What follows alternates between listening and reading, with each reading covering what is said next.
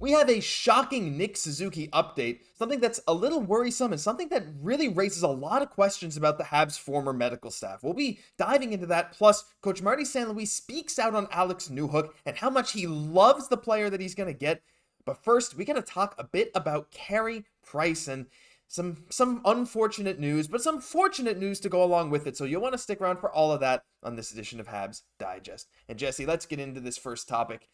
Carey Price might be open to a trade. We got a tweet here from Renaud Lavoie. No, I'm just kidding. We don't have a Renaud Lavoie tweet. We got some real sources here. We got Brianna Emmerich first. She was at the interviews to Carey Price on if he'd be open to contract being traded away. Everyone knows hockey's a business. Money management and cap space is part of that. I'm going to be a Montreal Canadian for the rest of my life, and I'm very proud of that, so I'm willing to help this team in any aspect. And just to go along with that, Stu Cowan asked him the question, do you think your knee will ever be ready? And Price quite candidly said it's just not going to happen, talking about his ability to get back to an NHL level. While he's still rehabbing and he still says hope's not completely lost, it really doesn't seem like it. But Jesse, the fact that Price is willing to maybe take a trade to another team, but saying like, no, I'm still a Hab, I'm still going to be around the Habs, like what an awesome guy. And it's just like, I don't know, I feel like I wouldn't even mind if we eat his contract for the rest of his career, because he's just been nothing but a class act.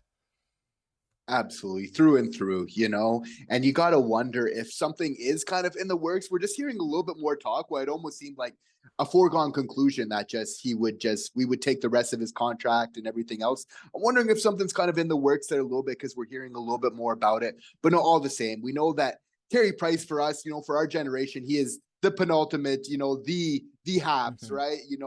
That we know and love and everything. So just knowing that he's part of this organization through and through, and you have to feel like very much like Paul Byron, who is his buddy as well, obviously, is like he has some sort of role for him in the Habs organization, and it's going to just be nice to see what that is in the future, finding something where Carey's still able to give, and be a part of the game that he loves so much. Obviously, he's a huge resource, a great benefit, and I think it'd be great for the team as well. Yeah, and like you said before the show, there's a lot of rumors surrounding Carey Price's contract now that kind of stemmed out of nowhere, right? You got to wonder if something might be going on. But at the same time, too, like, people are saying, oh, well, if he's traded, he can't do anything with the Montreal Canadiens. Well, I think you can put a handshake agreement in place, because I'm pretty sure that Chris Pronger trade, when he was just not an active player anymore, and I think working with the NHL in some capacity, he was still able to work with both teams, whatever. So, I mean, even if Carey Price gets traded, it's not impossible that he could stick around the Habs organization. So we'll keep an eye on it. But yeah, what an awesome guy.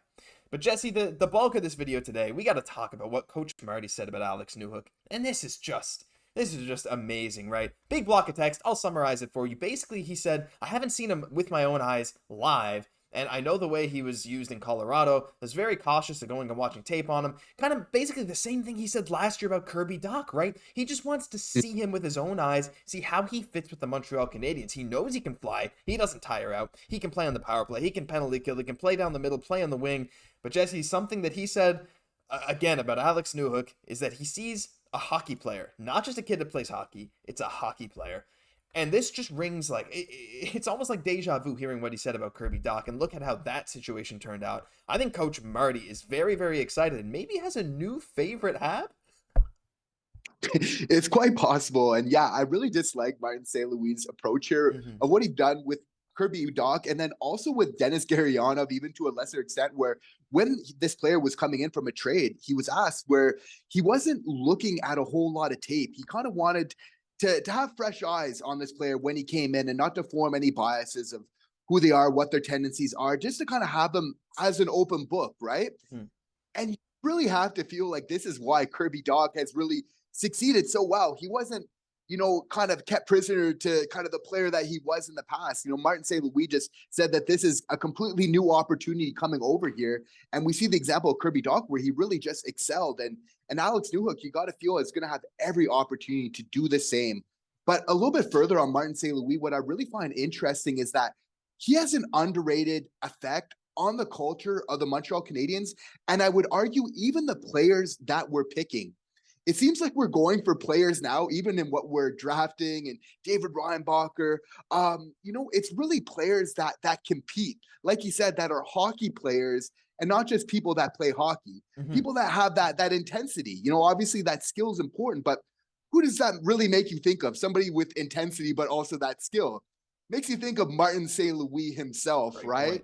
So, so you have to feel like he's having a huge effect just on the overall culture of this team and what we're really looking for. And you got to feel like Alex Newhook being a little bit of a smaller player himself, but with that talent, with that skill, with that intensity, that, he could really respond to Martin St. Louis, that this could be, you could argue, the perfect role model for him as a coach, right? And further to that is, what I really like about just, this news kind of on Alex Newhook is just from hearing from the press conference yesterday at the golf tournament where Kirby Dach was saying that he's having really good chemistry with Alex Newhook in skates, prior to camp and everything. So they're getting together before the season starting, doing skates on their own. So for me, that's huge that they're having this great chemistry, because for me, this really makes it that, Dach could maybe now focus on playing center on that second line, bring Newhook up that lineup, right? And we could have three really good combinations on this team,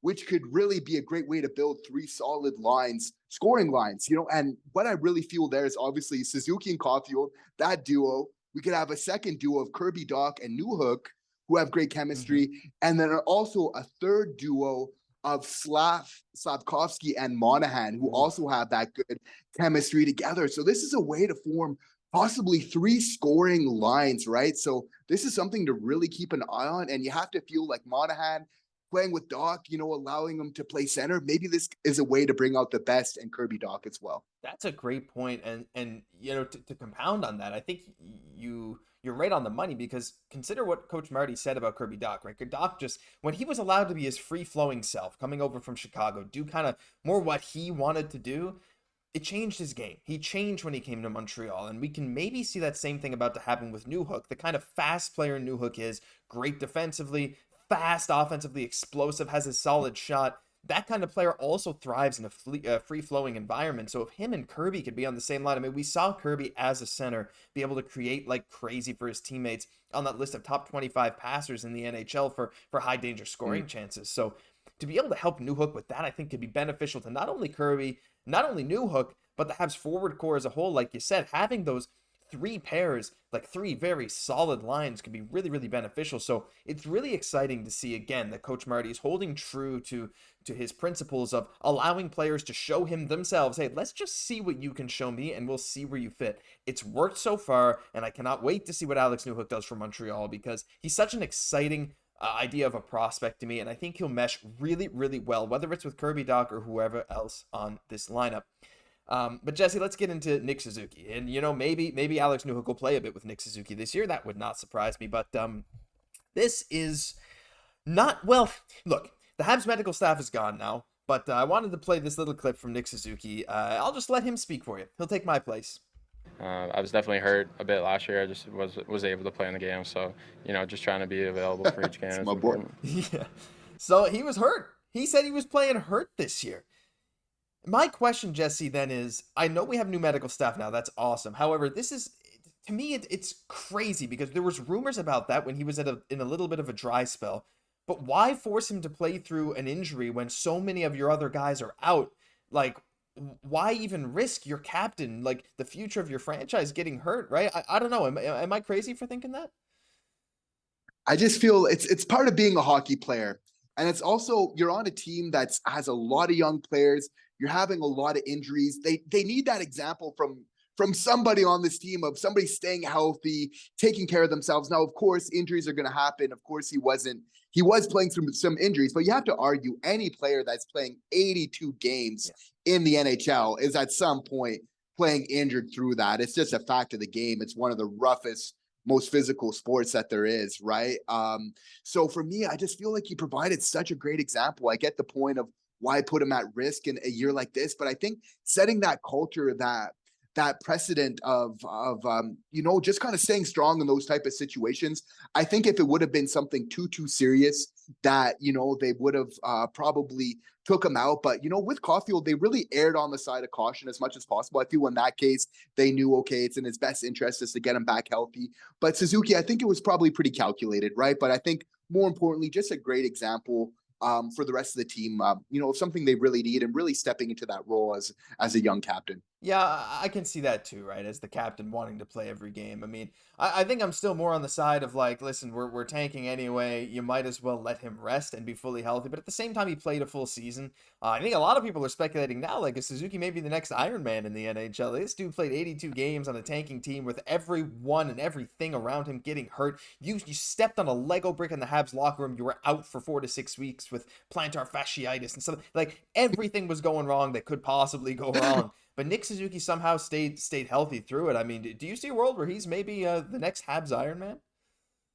He could be for sure. I could honestly see him as being that type of player. I don't know. Apparently, he's starting to climb up that list already, which is kind of surprising because he's still a fairly young NHL type of player. But no, for me, it's I think just showing a lot of strength.